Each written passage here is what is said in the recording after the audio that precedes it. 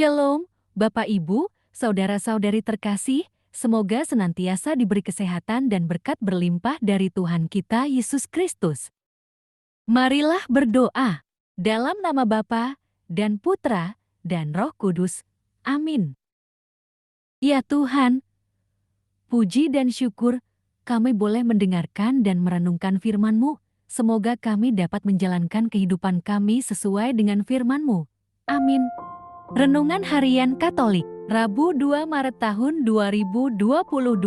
Bacaan Injil, Matius 6, 1-6, Matius 6, 16-18. Bacaan Injil, hal berdoa. Dalam khotbah di bukit, Yesus bersabda kepada murid-muridnya, "Hati-hatilah, jangan sampai melakukan kewajiban agamamu di hadapan orang supaya dilihat. Karena jika demikian, kamu tidak beroleh upah dari Bapamu yang di surga. Jadi, apabila engkau memberi sedekah, janganlah engkau mencanangkan hal itu, seperti yang dilakukan orang munafik di rumah-rumah ibadat dan di lorong-lorong supaya dipuji orang. Aku berkata kepadamu, hendaklah sedekahmu itu diberikan dengan tersembunyi, maka Bapamu yang melihat yang tersembunyi akan membalasnya kepadamu. Dan apabila kamu berdoa, janganlah berdoa seperti orang munafik. Mereka suka mengucapkan doanya dengan berdiri di rumah-rumah ibadat dan pada tikungan-tikungan jalan raya, supaya mereka dilihat orang. Aku berkata kepadamu, mereka sudah mendapat upahnya. Tetapi jika engkau berdoa, masuklah ke dalam kamarmu, tutuplah pintu, dan berdoalah kepada Bapamu yang ada di tempat tersembunyi. Maka Bapamu yang melihat yang tersembunyi akan membalasnya kepadamu. Dan apabila kamu berpuasa, janganlah muram mukamu seperti orang munafik. Mereka mengubah air mukanya supaya orang melihat bahwa mereka sedang berpuasa. Aku berkata kepadamu, mereka sudah mendapat upahnya. Tetapi apabila engkau berpuasa, minyakilah kepalamu dan cucilah mukamu, supaya jangan dilihat orang bahwa engkau sedang berpuasa, melainkan hanya oleh Bapamu yang ada di tempat tersembunyi. Maka Bapamu yang melihat yang tersembunyi akan membalasnya kepadamu. Demikianlah Injil Tuhan. Terpujilah Kristus. Renungan Injil. Doa bukan untuk dipamerkan.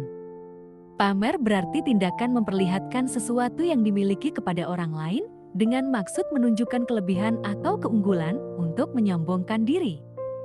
Dari pengertian ini, sudah dapat kita pahami bahwa pamer bermakna negatif. Yesus menegur keras orang-orang yang melakukan kewajiban agamawi dengan tujuan pamer. Karena itu, Yesus memberitahu mereka agar jika mereka bersedekah, mereka melakukannya dengan tulus. Jika berdoa, mereka harus melakukannya untuk membangun hubungan pribadi yang intim dengan Allah dan juga melakukannya dengan penuh kejujuran, sebab Allah tahu isi hati manusia. Begitu pula saat berpuasa, mereka perlu melakukannya dengan rendah hati di hadapan Allah. Semua itu harus ditujukan kepada Allah, bukan kepada manusia, untuk mendapat pujian dari mereka. Salah satu bagian dari khotbah di bukit yang disampaikan Yesus menyoroti kehidupan beragama orang-orang Yahudi pada masa itu. Dalam kewajiban agama Yahudi, ada 3 hal utama yang harus mereka lakukan, yaitu bersedekah, berdoa, dan berpuasa. Sayangnya, mereka melakukannya tidak lagi dengan tertuju kepada Allah, melainkan diri sendiri. Dengan mempertontonkannya kepada banyak orang, mereka ingin mendapat pujian dan dipandang sebagai seorang yang taat beribadah. Hal seperti ini tidak dikehendaki oleh Tuhan. Tidak pernah Allah meminta kita melakukan ibadah dan perbuatan-perbuatan baik untuk dipamerkan kepada orang lain dan menyombongkannya di hadapan mereka. Pamer sangat jauh berbeda dari menjadi garam, dan terang dunia juga berbeda dari perintah agar kebaikan hati kita diketahui semua orang.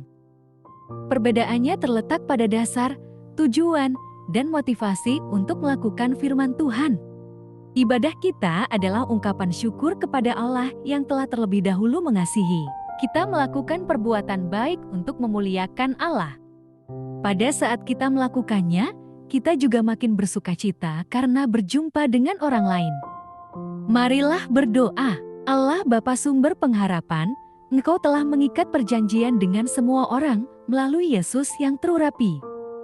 Semoga kami selalu berpegang teguh pada Dia dan berkembang menjadi umat yang patuh setia dengan pengantaraan Yesus Kristus, Putra-Mu. Tuhan kami yang bersama Dikau dalam persatuan Roh Kudus, hidup dan berkuasa, Allah sepanjang segala masa. Amin. Dalam nama Bapa, Putra, dan Roh Kudus. Amin.